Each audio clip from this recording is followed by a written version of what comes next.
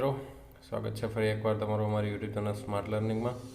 આજે આપણે જોઈશું વીએમસી દ્વારા લેવાયેલું MPHWનું પેપરનું સોલ્યુશન, જેની અંદર આપણે ગુજરાતી, ઇંગ્લિશ, જીકે અને ગણિતના પ્રશ્નોનું સોલ્યુશન જોઈશું. ચાલો આપણે સ્ટાર્ટ કરીએ.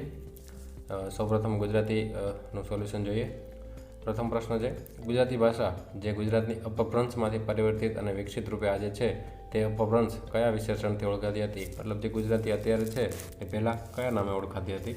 તો આપણને બધાને ખબર છે કે ગુર્જર ભાષામાંથી આપણી ગુજરાતી ભાષા આવેલી છે, એટલે આપણો આન્સર આવશે બી, ગુર્જર.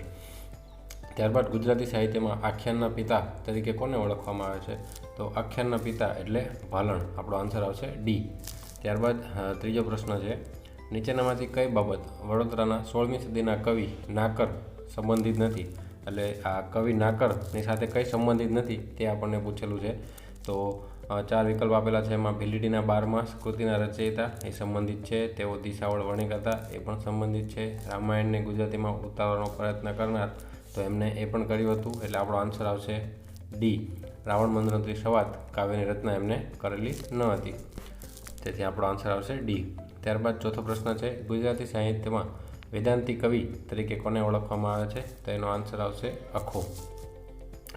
ત્યારબાદ પાંચમો પ્રશ્ન છે, કવિ દલપતરામ કયા યુગના કવિ ગણાય? તો એ આપણો આન્સર આવશે અર્વાચીન યુગના કવિ ગણાશે. ત્યારબાદ 19મી સદીના પ્રારંભના સાહિત્યકાર દુર્ગારામ મહેતાજી નીચેનામાંથી કઈ સ્થાપના કરેલી હતી? તો દુર્ગારામ મહેતાજી દ્વારા મફત પુસ્તકાલયની સ્થાપના કરવામાં આવેલી હતી. ત્યારબાદ સાતમો પ્રશ્ન, નીચેનામાંથી રાજકોટના સાહિત્યકાર વજુ કોટક સાથે સંબંધિત શું છે? આમાં સંબંધિત પૂછેલું છે, એટલે આપણો આન્સર આવશે લાઇટ અંગ્રેજી સામયિક શરૂઆત કરનાર, સી આન્સર આવશે આપણો. ત્યારબાદ હૈયે તો છું પણ હોઠેથી ભૂલાઈ ગયેલો માણસ છું, હું મારા ડાબા હાથે ક્યાંક મુકાઈ ગયેલો માણસ છું. આ પંક્તિ કોની છે? તો આ પંક્તિ રાજેશ વ્યાસ મિસ્કિન સાહેબની છે, એટલે આપણો આન્સર આવશે સી. ત્યારબાદ 9મો પ્રશ્ન, ટૂંકી વાર્તાનો કસબી અને ધૂમકેતુ તખલ્લુસ ધરાવનાર સાહિત્યકાર કોણ? એટલે કે ધૂમકેતુ કોનું ઉપનામ છે? તો આપણને બધાને ખબર છે કે ગૌરીશંકર જોશીનું ઉપનામ ધૂમકેતુ છે. ત્યારબાદ કરંટનો પ્રશ્ન છે, ગુજરાતના કયા સાહિત્યકારને તેમની કૃતિ શેરેન્દ્રીની પોએટ્રી કેટેગરીમાં વર્ષ 2023નો સાહિત્યિક અકાદમી એવોર્ડ આપવામાં આવેલો છે?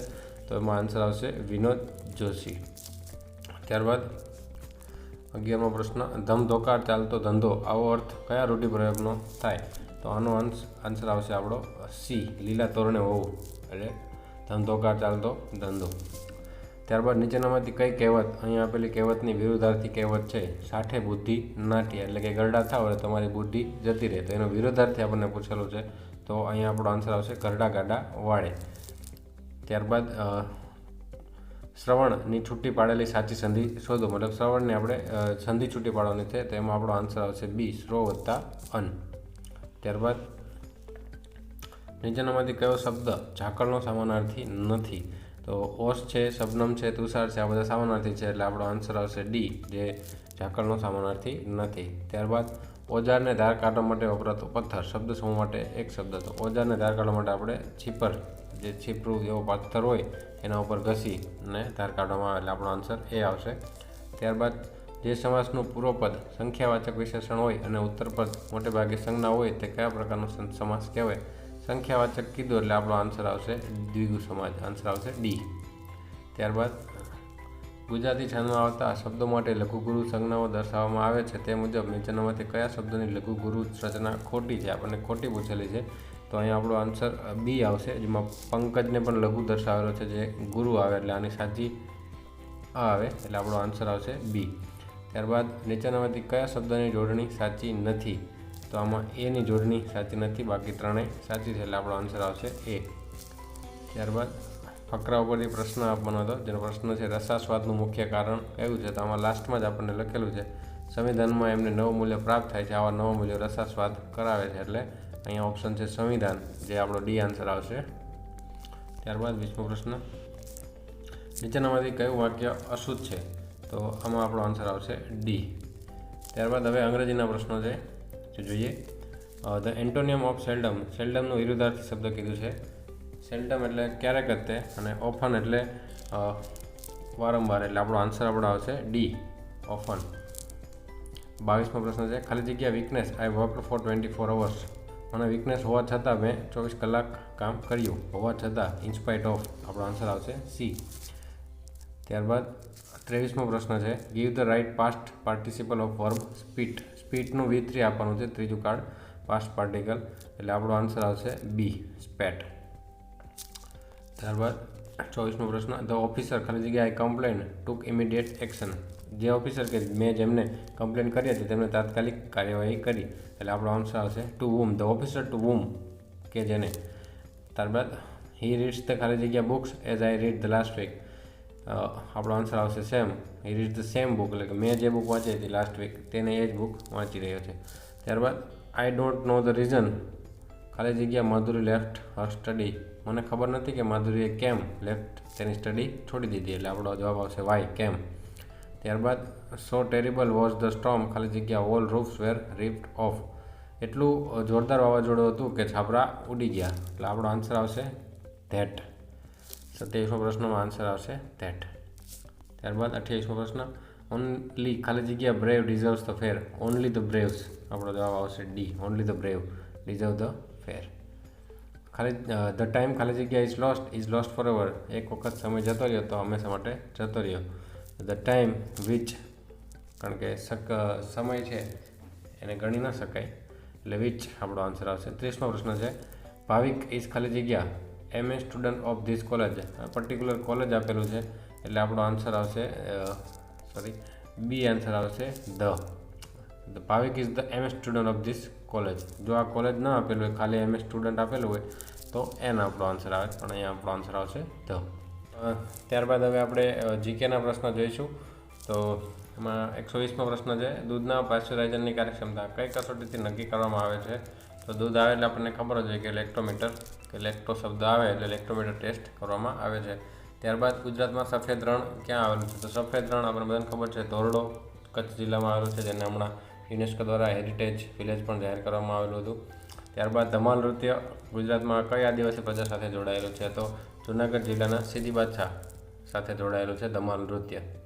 ત્યારબાદ નીચે આપેલ જોડકું કયું જોડકું ખોટું છે. તો શર્મિષ્ઠા તળાવ પાટણમાં ન આવે, એટલે આપણો આન્સર મળી ગયો છે આપણને. ત્યારબાદ ભાવનગરની આસપાસનો પ્રદેશ બધાને ખબર હોય ગોહિલવાડ કહેવામાં આવે છે.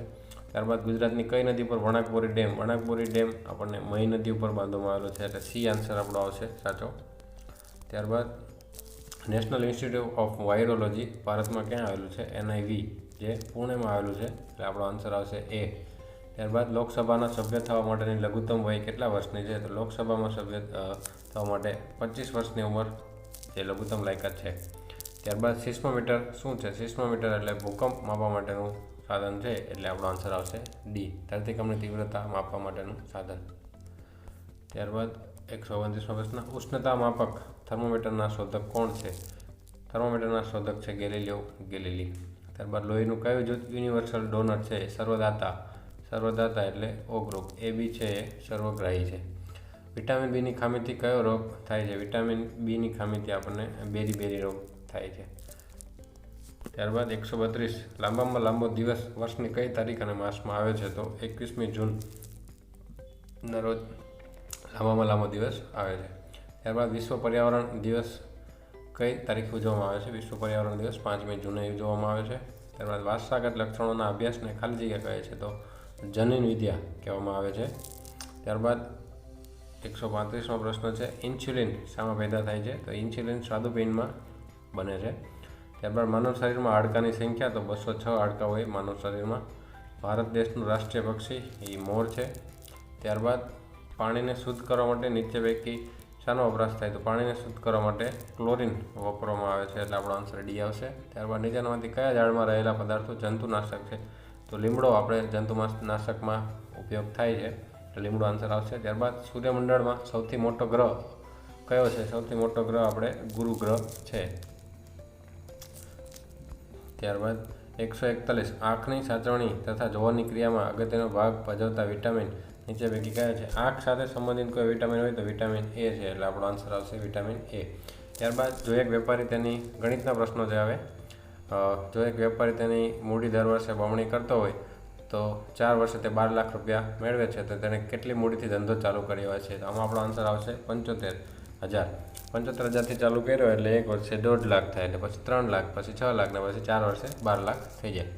ત્યાર પછી 143મો પ્રશ્ન છે, એક સંખ્યા 5 કરતાં વધારે છે અને તેટલી જ 19 તે સંખ્યા કરતાં વધારે છે.